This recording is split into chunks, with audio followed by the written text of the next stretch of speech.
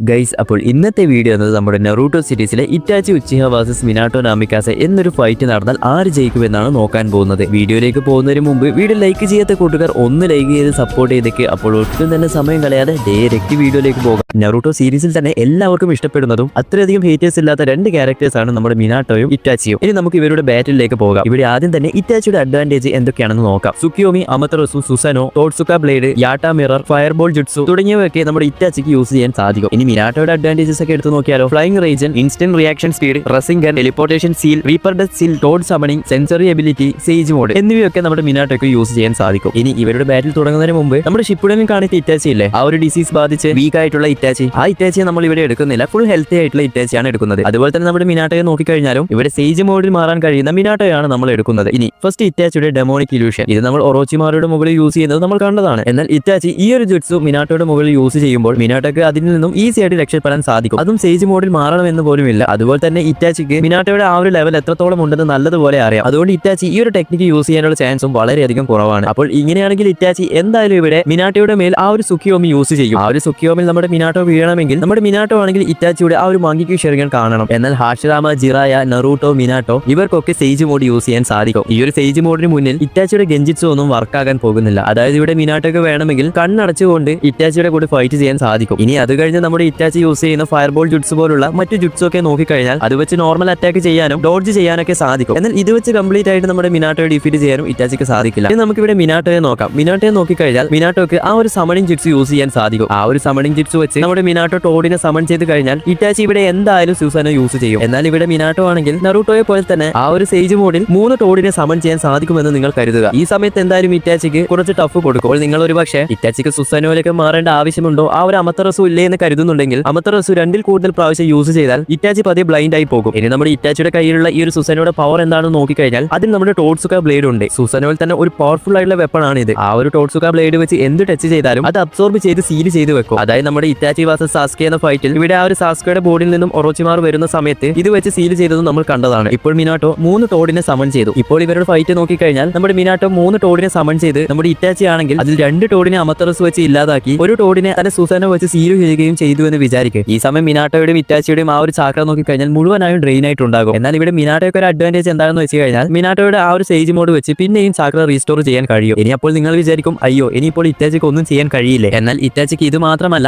ഇസനാക്കി അല്ലെങ്കിൽ ഇസനാമി എന്നൊരു technique ഇറ്റാച്ചിക്ക് use ചെയ്യാൻ സാധിക്കും. ഇത് എന്താണെന്ന് നോക്കിക്കഴിഞ്ഞാൽ എക്സാമ്പിൾ ഇറ്റാച്ചി ഗെഞ്ചിറ്റ്സു യൂസ് ചെയ്ത് കഴിഞ്ഞാൽ ഓപ്പണന്റിന്റെ ബ്രെയിനിന്റെ ചാക്ര ഇറ്റാച്ചിക്ക് കൺട്രോൾ ചെയ്യാൻ സാധിക്കും. അതായത് ഇറ്റാച്ചി എന്താണോ വിചാരിക്കുന്നത് അതൊരു ഇമാജിനേഷനിലൂടെ ഓപ്പണന്റിന് കാണാൻ സാധിക്കും, അതിൽ പെട്ടുപോവുകയും ചെയ്യും. എന്നാൽ ഇസനാക്കി എന്താണെന്ന് നോക്കിക്കഴിഞ്ഞാൽ ഇവർക്ക് റിയാലിറ്റി മാറ്റാൻ കഴിയും. അതായത് നമ്മുടെ സാസ്കെ വേഴ്സസ് ഡാൻസോ എന്ന ഫൈറ്റ് നടക്കുന്ന സമയത്ത് ഡാൻസോ ഇവിടെ ഒരുപാട് തവണ മരിക്കുകയും നമ്മുടെ സാസ്കെ ആണെങ്കിൽ ഡാൻസോയെ ഇവിടെ കൊല്ലുകയും പിന്നെയും ഡാൻസോ തിരിച്ചു വരുന്ന രീതിയിൽ നമുക്ക് കാണിച്ചു തന്നിട്ടുണ്ട്. അതായത് ഒരു റിയാലിറ്റിയിൽ നമ്മുടെ ഡാൻസോ മരിക്കുന്ന സമയത്ത് മറ്റൊരു റിയാലിറ്റിയിൽ ഇവിടെ വന്നുകൊണ്ടേയിരിക്കും. എന്നാൽ ഇത് യൂസ് ചെയ്ത് കഴിഞ്ഞാൽ തന്റെ ആ ഒരു കണ്ണ് ബ്ലൈൻഡ് ആയി പോകും. എന്നാൽ ഈ ഒരു ടെക്നിക്ക് ബാലൻസ് ചെയ്ത് വേറെ പ്രശ്നങ്ങളൊന്നും ഇല്ലാതെ യൂസ് ചെയ്യുന്ന ടെക്നിക്കാണ് ഇസനാമി. എന്നാൽ ഇവിടെ മറ്റൊരു കാര്യം എടുത്തു പറയേണ്ടത് നമ്മുടെ മിനാട്ടോക്കാണെങ്കിൽ ആ ഒരു ഫ്ലൈയിങ് റേഞ്ചിൻ യൂസ് ചെയ്യാൻ സാധിക്കും. അതായത് ഇവിടെ മിനാട്ടോയെ നോക്കിക്കഴിഞ്ഞാൽ ലൈറ്റിനേക്കാൾ സ്പീഡിൽ മൂവ് ചെയ്യാൻ സാധിക്കും. ഇനി ഇവിടെ ബാറ്റിൽ നോക്കിക്കഴിഞ്ഞാൽ ഇറ്റാച്ചിക്ക് ഇപ്പോഴും സുസാനോ യൂസ് ചെയ്യാൻ സാധിക്കുന്നുണ്ടെങ്കിൽ മിനാട്ടോ വെറുതെ ചാക്ര കളയാൻ നിൽക്കാതെ അതിൽ നിന്നും ഒക്കെ ഡോഡ്ജ് ചെയ്യും. പിന്നീട് ഇറ്റാച്ചിയുടെ സുസാനോ അവസാനിച്ചതിന് ശേഷം മിനാട്ടോ ആ ഒരു ഫ്ലൈയിങ് റേഞ്ചിൽ വെച്ച് ഒരു റസിംഗനും എടുത്ത് ഇറ്റാച്ചിയെ ഒരൊറ്റ അടിക്ക് തീർക്കാൻ വേണ്ടി സാധിക്കും. എന്നാൽ ഇറ്റാച്ചി ആണെങ്കിൽ ഇവിടെ തോറ്റു കൊടുക്കില്ല എന്ന് പറഞ്ഞ് തന്റെ ഒരു കണ്ണ് പോയാലും കുഴപ്പമില്ല എന്ന് കരുതി ഇസനാക്കി യൂസ് ചെയ്ത് കഴിഞ്ഞാൽ ഇറ്റാച്ചി പിന്നെയും വരും. എന്നാൽ ഇറ്റാച്ചി വരുന്ന ആ ഒരു സെക്കൻഡിൽ തന്നെ ഇറ്റാച്ചിയുടെ മേൽ രണ്ടാമത്തെ റസിംഗനും വീഴും. അപ്പോൾ ഇത് എങ്ങനെയെന്ന് ചോദിച്ചു കഴിഞ്ഞാൽ ഓൾറെഡി നമ്മുടെ മിനാട്ടോ ഫൈറ്റ് ചെയ്യുന്ന സമയത്ത് ഇറ്റാച്ചിയുടെ ബോഡിയിൽ ആ ഒരു ഫ്ലൈയിങ് റേഞ്ചിൻ മാർക്ക് ഇറ്റാച്ചിയുടെ ബോഡിയിൽ വെച്ചിട്ടുണ്ടാകും. അപ്പോൾ ഇതൊക്കെ വെച്ച്